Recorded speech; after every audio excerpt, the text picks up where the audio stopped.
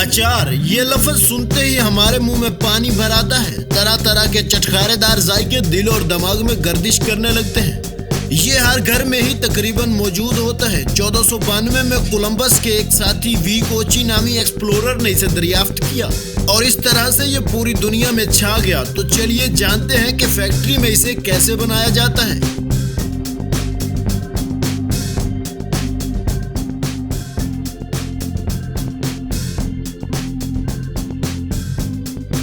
सबसे पहले हम बात करते हैं आम के अचार की, जिसके लिए कच्चे आमों को तोड़कर फैक्ट्री में लाया जाता है। शिकारपुर के आम अचार के लिए बहुत ही मशहूर हैं और शिकारपुर का ही सबसे ज्यादा अचार पसंद किया जाता है। फैक्ट्री में आमों को लाने के बाद इनको अच्छी तरह से वॉश किया जाता है, जिसके बाद इनको खुश्क करके इनको नेक्स्ट स्टेज पर भेजा जाता है, जहां इनको एक ऑटोमेटिक मशीन की मदद से कट किया जाता है। छोटी छोटी फैक्ट्रीज में इस काम को हाथों की मदद से भी किया जाता है। जिसके बाद अगला प्रोसेस आता है ब्राइनिंग प्रोसेस का, जिसमें मटेरियल की फर्मेंटेशन की जाती है। इस सारे मटेरियल को बड़े बड़े टैंक्स में डाला जाता है और साथ ही इसमें नमक को भी डाल दिया जाता है और इसको 4 हफ्तों तक इसी पानी में छोड़ दिया जाता है ताकि इनकी अच्छी तरह से फर्मेंटेशन हो जाए। जिसके बाद पानी की मदद से इस मटेरियल को अच्छी तरह से धो लिया जाता है ताकि नमक की एक खास मिकदार ही इसमें मौजूद रहे। अब बारी आती है इसकी कुकिंग की, जिसके लिए बड़े बड़े स्टीम टैंक्स में अचार को डाला जाता है। कुकिंग के दौरान ऑयल को एक खास टेम्परेचर पर गर्म किया जाता है और इसके अंदर अचार के हिसाब से सभी मसाले डाल दिए जाते हैं और यहाँ पर इसमें मौजूद जरासीमों को भी खत्म किया जाता है। जिसके बाद इस अचार को बाहर निकालकर 10 से 12 घंटे तक ठंडा होने के लिए रख दिया जाता है ताकि हर चीज अच्छी तरह से आपस में घुल मिल जाए।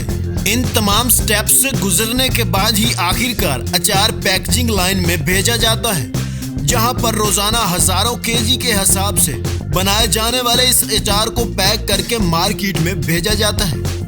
Cucumber pickles making process. और अब हम बात करते हैं कि आखिर खीरों का अचार कैसे बनाया जाता है। सबसे पहले इनको बड़ी बड़ी मशीनों की मदद से हार्वेस्ट किया जाता है।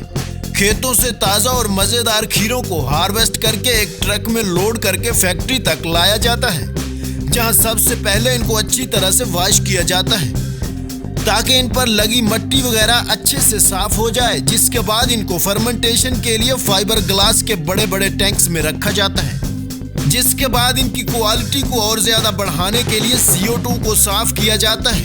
एक कन्वेयर बेल्ट इन सभी खीरों को लेकर अगली स्टेज की तरफ बढ़ता है, जहां पर इनमें से कुछ खीरों को स्लाइस करके बोतल में पैक किया जाता है और कुछ को ऐसे ही बिना काटे बोतल में भर दिया जाता है। जिसके बाद वर्कर्स इनकी अच्छी तरह से इंस्पेक्शन करते हैं और खराब खीरों को साइड पर निकाल दिया जाता है। नेक्स्ट स्टेज पर इनको जार्स में भरा जाता है।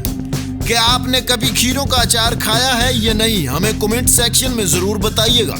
जिसके बाद इन फिल हो चुके जार्स में एक खास तरह के लिक्विड को डाल दिया जाता है और इनको सील करने के बाद एक जगह इकट्ठा किया जाता है। जिसके बाद एक कन्वेयर बेल्ट इनको लेबलिंग मशीन की तरफ लेकर जाता है, जहां इन पर लेबल्स को चिपकाया जाता है। अगर वीडियो अच्छी लगी हो तो वीडियो को लाइक कर दें और इस तरह की इंटरेस्टिंग वीडियोस देखने के लिए हमारे चैनल को सब्सक्राइब कर लीजिए।